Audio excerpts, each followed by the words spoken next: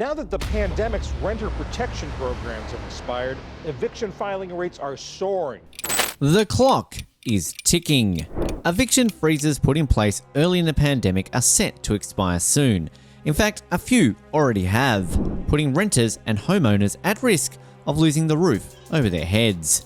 Some say a housing apocalypse is on the horizon. The majority of American tenants face a serious risk of losing their houses by the middle of 2023. The issue is that many of them are ignorant of the impending peril they are exposed to. Rent costs have increased, housing protection programs have run out of funding, and eviction rates have been disturbingly rising across the nation. In the last year, eviction filing rates have already increased in several places, and a confluence of problematic elements will probably exacerbate economic concerns, perhaps making many more Americans homeless in the upcoming months. Data from the Princeton Eviction Lab demonstrates the severity of this situation and indicates that countless lives may be severely disrupted in 2023. Thanks to the rental protection programs put in place at the time, there was a temporary halt in eviction filings during the epidemic. However, in recent months, landlords have once again filed for eviction. Rents are skyrocketing, and there is a chronic lack of affordable rental housing, which are the main causes of this revival.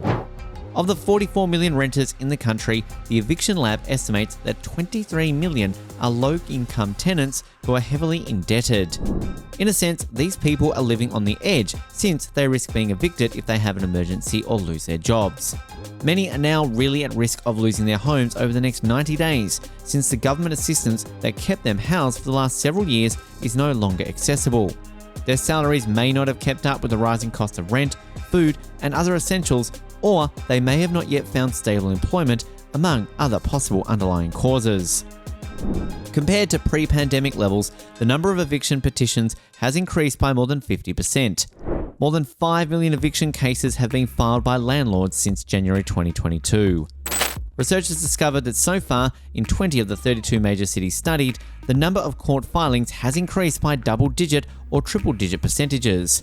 The majority of evictions during the past year have occurred in cities like Las Vegas, Minneapolis, and Austin, Texas. Tens of millions of renters might face catastrophe as a result of this worrying increase in evictions.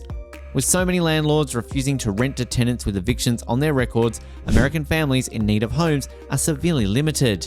The Princeton Eviction Lab also noted that even as they increased rent prices and added extra surcharges, corporate landlords still generated billion-dollar profits in 2022. They learned that the US's 6 biggest property management firms generated net profits of more than $4.3 billion in the previous fiscal year.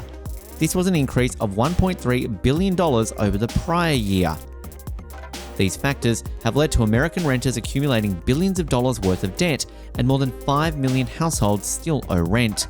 Renters who are in arrears owe, on average, $2,094. The average American renter spends more than 50% of their income on rent and utilities, which is more than 30% mark frequently advised by financial advisors. Many have resorted to using their credit cards to pay off this debt, but doing so only offers short-term respite and may result in future financial issues. Unfortunately, this has led to a substantial rise in homelessness in the United States, with a 24% increase recorded this year.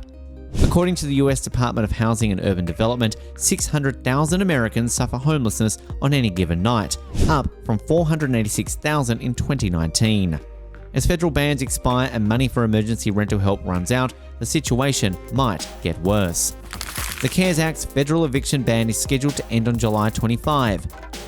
Renters can check a database maintained by the National Low-Income Housing Coalition to see if they are protected under the most recent federal eviction laws. About 28% of the rental units in the country are covered by these safeguards. What occurs thereafter, the deadline. The federal protections are part of the CARES Act.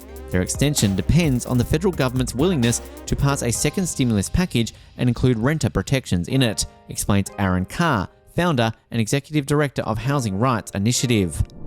The HEROES Act, a second stimulus package that includes rental aid, was approved by the House in mid-May.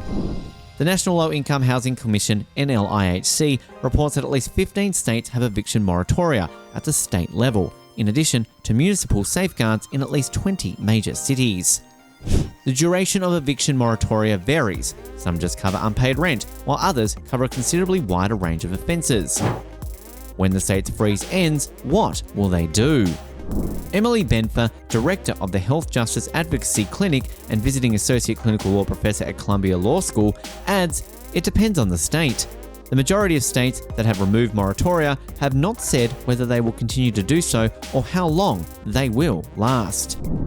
She collaborated with the Eviction Lab to develop the Scorecard, a policy scorecard for each state that lists its eviction and housing-related emergency orders, declarations, laws, and pandemic responses. She keeps track of moratoria. According to Carr, roughly 2 in 10 Americans have been unable to pay all or part of their rent by the first weeks of April, May, and June, and rent payment rates are generally lagging a few percentage points behind the same months last year. Here are some of the cities with the sharpest increases in eviction filings. In Houston, the Lone Star State's largest city, there has been a 50% increase in eviction filings compared with averages in 2016 through 2018. Dallas-Fort Worth, Texas' second largest metro area, has seen above average eviction rates, with some months reaching about 40% more than 2016-2018 averages. In Columbus, Ohio, eviction filings have risen 20% compared with 2016 to 2018. Evictions in New York City stopped during the first 2 years of the COVID-19 pandemic when an eviction moratorium was in place. But rates popped up in January 2022 after the moratorium expired, and they've been on the rise since then, according to data from the Eviction Lab. One small piece of good news is that eviction rates in the city have decreased from 2016 through to 2018, the next most recent time period for which the Eviction Lab has data because New York City has some of the country's strongest tenant unions and protections, Gershenson said. Philadelphia is another city that has had quite a bit of success reducing evictions, largely because of an eviction diversion program that launched in 2020.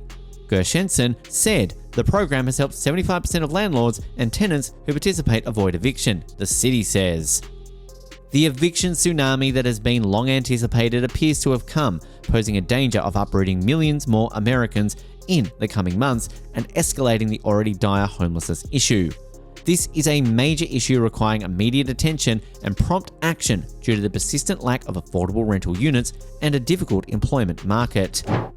An all-encompassing strategy is necessary to address the complicated issue of the eviction crisis. In addition to the immediate effects on people and families who lose their homes, there are also longer-term social repercussions to consider. Stable, affordable housing is a fundamental requirement that should be within everyone's means, from public health to education to economic output.